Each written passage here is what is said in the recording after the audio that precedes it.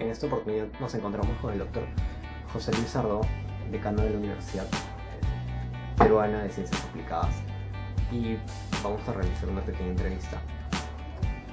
La primera pregunta sería: ¿el mejor libro de economía para abogados que podría recomendarnos? Yo creo no solamente para abogados, sino para cualquier persona. Yo me atrevería a recomendar La acción humana de Ludwig von Mises, ¿no? Que creo que es el libro de teoría económica más importante que se ha escrito de todos los tiempos, ¿no? Porque es muy amplio, muy claro, muy profundo, es muy completo, es una realización humana extraordinaria. La segunda pregunta podría ir encajada en el concepto de constituciones rígidas o constituciones flexibles. Lo primero que se viene a la cabeza de un ciudadano de a pie es una reforma constitucional. ¿Cuál es su opinión respecto a eso? La Constitución del año 93 ha tenido varias reformas, ¿no? Sobre todo en la época del presidente Toledo, que tuvo 7 reformas. Una de ellas muy importante, la del capítulo de la descentralización. Entonces, yo sí creo que hay cuestiones que reformar en la Constitución del año 93, especialmente en el título cuarto de estructura del Estado. Sin embargo, cuando se habla de reforma constitucional en el Perú, generalmente se piensa sobre de reformar el título tercero del régimen económico, y eso es lo que a mí me pone nervioso, ¿no? Porque creo que es la parte mejor lograda de la Constitución del año 93. Entonces es lo que a mi juicio no habría que tocar. O sea que, en resumidas cuentas, es un camino riesgoso el tema de la reforma constitucional. Y doctor, ¿en qué radica la importancia de estudiar la historia de las constituciones en nuestro país? Es fundamental. La historia en general es la maestra de la vida, decía Heródoto, ¿no? Entonces yo creo que es lo que nos da la perspectiva necesaria para hacer planes sensatos hacia el futuro, ¿no? Yendo al campo de la economía o del AEB, ¿considera usted que el estudio del derecho desde la perspectiva microeconómica, que ofrece, por ejemplo, herramientas del análisis económico del derecho, resulta un instrumento más eficiente para las resoluciones judiciales y para alcanzar mejores leyes? Bueno,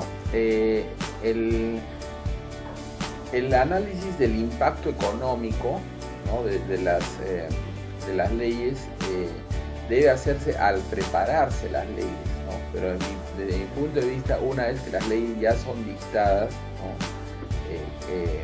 Claro, en la universidad se puede y se debe criticar las leyes desde el ángulo de la economía, es decir, tratando de precisar si es que fortalecen o no el desarrollo del país. Lo que desde mi juicio no debe hacerse, no deben hacer los jueces, es ellos ponerse por encima de las leyes, ¿no? Y poner sus consideraciones económicas por encima de las legales, ¿no? Eso ya es una distorsión del esquema de separación de poderes. ¿Y cuánta importancia tendría en un juez manejar términos económicos para resolver una decisión judicial?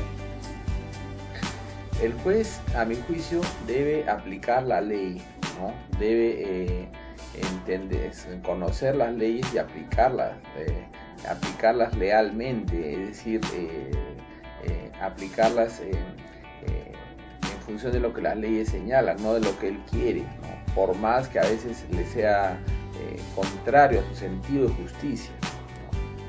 Pero los jueces no deben poner sus consideraciones económicas, que pueden ser muy discutibles, ¿no? Por encima de la ley. Yendo un poco más a misceláneas, refiriéndonos, por ejemplo, a sus estudios en la Universidad Católica Santa María. Sí. Si no hubiera estudiado Derecho, ¿qué otro tipo de carrera o qué otro oficio hubiera optado? Bueno, sin duda alguna mi pregrado lo hubiera hecho en Economía, ¿no? Que he terminado haciendo yo una maestría, lo hice en el año 89-90 en Ciencia Política, y al final un doctorado en Economía. Entonces, si no hubiera ido por el lado del derecho, hubiera ido por el lado de la economía, desde el pregrado. ¿Recuerda usted alguna anécdota que marcó su etapa universitaria? ¿Algunos docentes que marcaron su etapa universitaria de pregrado, de posgrado? ¿O de repente algún profesional que no sea de derecho que haya influido bastante en su carrera? Bueno, como profesores en la Universidad Católica Santa María, recuerdo especialmente, yo diría a tres, ¿no? En primer lugar, al doctor Luis Velando, que todavía entiendo está enseñando en la Católica. Él era un hombre de una formación en filosofía escolástica y por lo tanto en lógica muy contundente, ¿no? Entonces, para los cursos de introducción al derecho y los cursos el curso de acto jurídico fue muy importante, porque nos dio la estructura, ¿no? Luego recuerdo también claramente las clases del doctor Alfredo Cornejo Chávez, hermano menor de Héctor, ¿no? Que era un profesor así absolutamente deslumbrante, ¿no? En temas de derecho penal, nos enseñó penal 1 y 2 y también enseñaba familia y sucesiones. Y en tercer lugar, por supuesto, recuerdo al doctor Óscar Urbiola, el actual presidente del Tribunal Constitucional, fue mi profesor de Derecho Comercial 1 y 2 también, y era un profesor muy ordenado, muy claro. Entonces tuve la suerte de tener a ellos tres, ¿no? Doctor, ¿cuáles son los 5 libros que han marcado su vida? Es bien difícil seleccionar así de golpe esos libros.